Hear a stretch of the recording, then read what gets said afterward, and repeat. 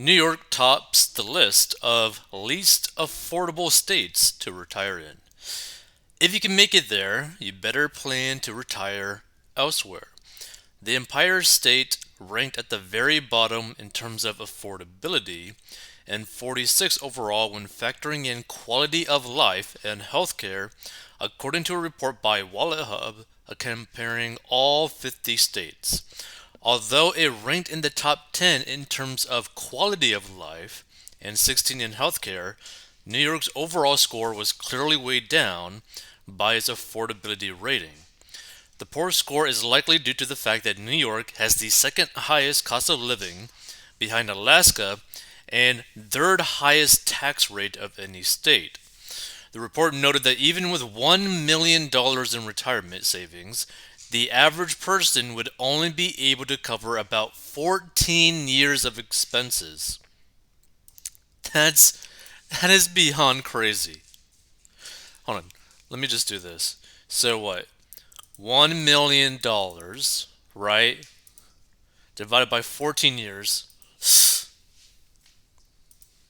which means you're spending on average $71,428 per year in New York when you're like retired.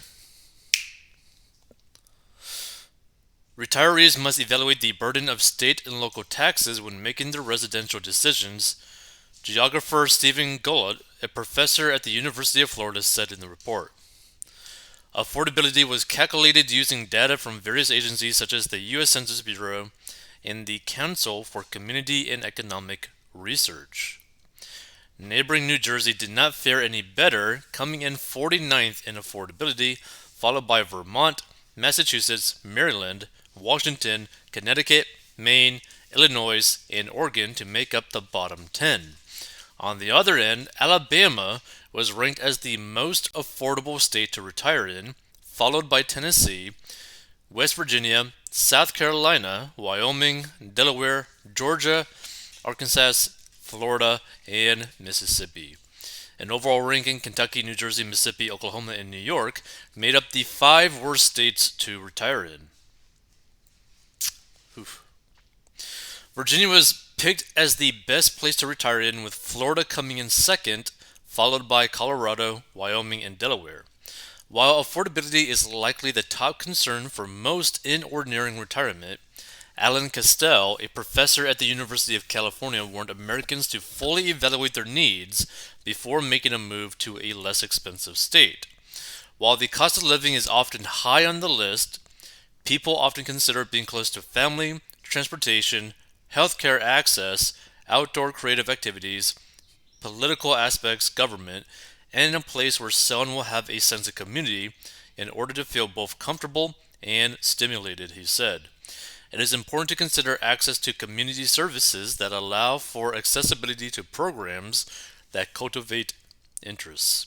And the thing is, like, it's obviously not that surprising that New York would be one of the most expensive states to retire in and one of the worst states to retire in, because you got to be making really good money to where you have multiple millions of dollars in your retirement savings to sustain the cost of living alone and a good quality of life in New York, right? But $1 million or $2 million in like a different state would go so much further, could probably last you a whole lifetime after you technically retire, depending on how much you end up spending, right? Because again, like that average spending was for that 14 years was like 70 something thousand dollars you were spending per year. But in like other states, you could spend pretty much as low as 20, 25 grand. If everything's paid off and you got no debt, the $1 million could go way further. Let's see. New York may be outrageously overpriced, but you do get high crime, drug use, crazy traffic, and corrupt politicians for your buck, so there's that. Let's see, wrong. If you throw away your proof of USA citizenship, you can get free housing with temporary $400 night hotel room, food, medical, and education. Let's see. If you're younger, looking at or in a union job, it may be worth it to go to California, New York, or New Jersey. You will make big bucks, then retirement head for the hills. You're not making anywhere near those salaries in the Southeast, but if retired with a good pension, that's great. Depends where you're at on the curve. The thing is,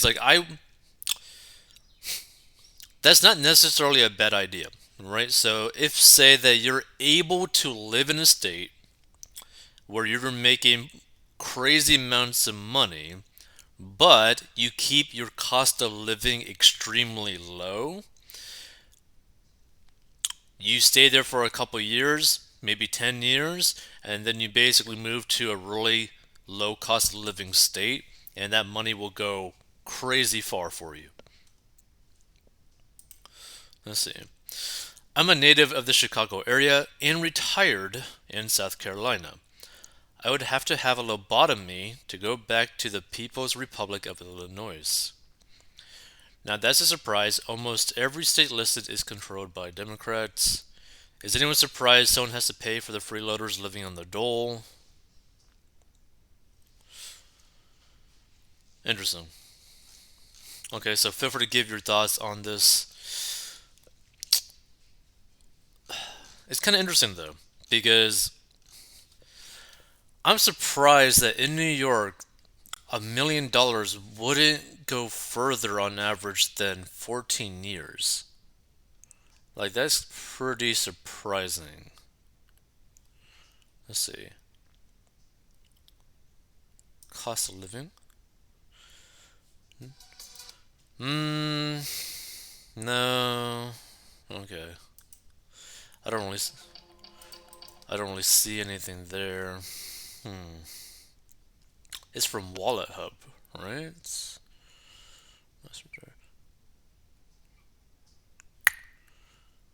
Hmm. Anything else about New York? Boredom to cost New York $10 billion? No. Hmm. Interesting. Hold on. Cost of living in New York. Let's see. The cost of living in New York is significantly higher than the national average. Housing expenses are 385% higher than the national average, and utility prices are 3% higher.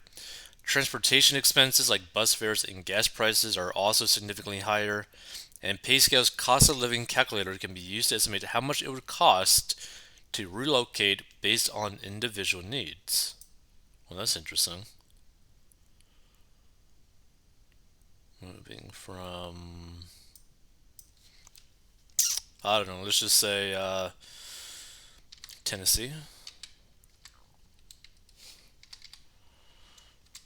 Sure. Adams, Tennessee, moving to New York. Annual salary, let's just do 75,000. Earnings needed to maintain current standard of living. Wow.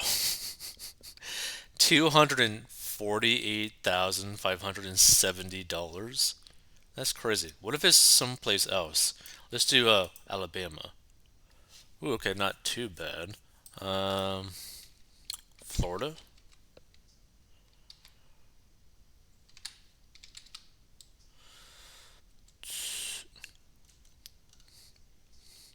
Hold on. Let's do Miami.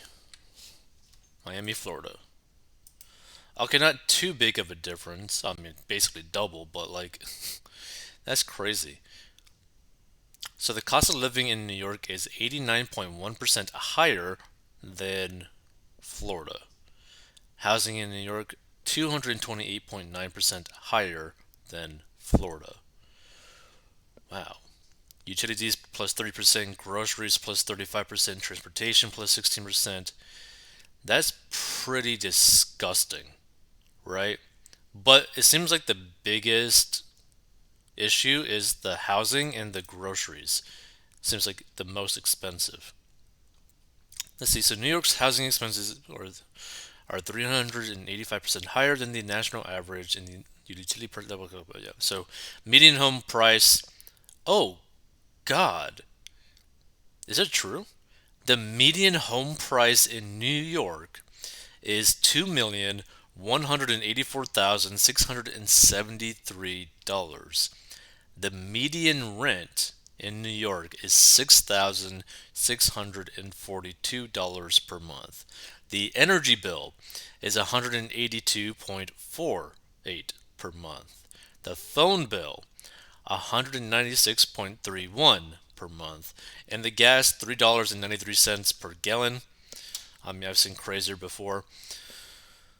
New York has grocery prices that are 35% higher than the national average. A loaf of bread for $5.23, like on average. I mean, I could definitely find bread for like $3, maybe even $2. A gallon of milk is $3.27. Ooh, that's expensive. Carton of eggs, $3.03. Bunch of bananas, $4.53. No way. Like, I don't think I've ever seen a place where you would have expensive bananas. I'm pretty certain I could get like a few pounds of bananas for like $2, $3. Like, that's so crazy. A hamburger, $6.91. That's crazy. So, doctor's visit, $135.28. A dentist visit, $116.71. The eye doctor, $127.43. I guess pharmacy drugs, $498.43. The vet visit, $81.87. Wow. That is horrendous. That is absolutely horrendous. One thing's for sure. Yeah, New York, probably not a great place to retire in if you only got $1 million. Like if you only got $1 million, maybe go more so down south, and your money could probably go much further. Like that's so crazy. That big of a difference in the quality of life or the standard of living. That's that's pretty insane. Because also you got to figure out like okay, so what jobs would be willing to pay me that amount of money too in New York? Something to think about. If you want to learn how to get out of debt, go down below.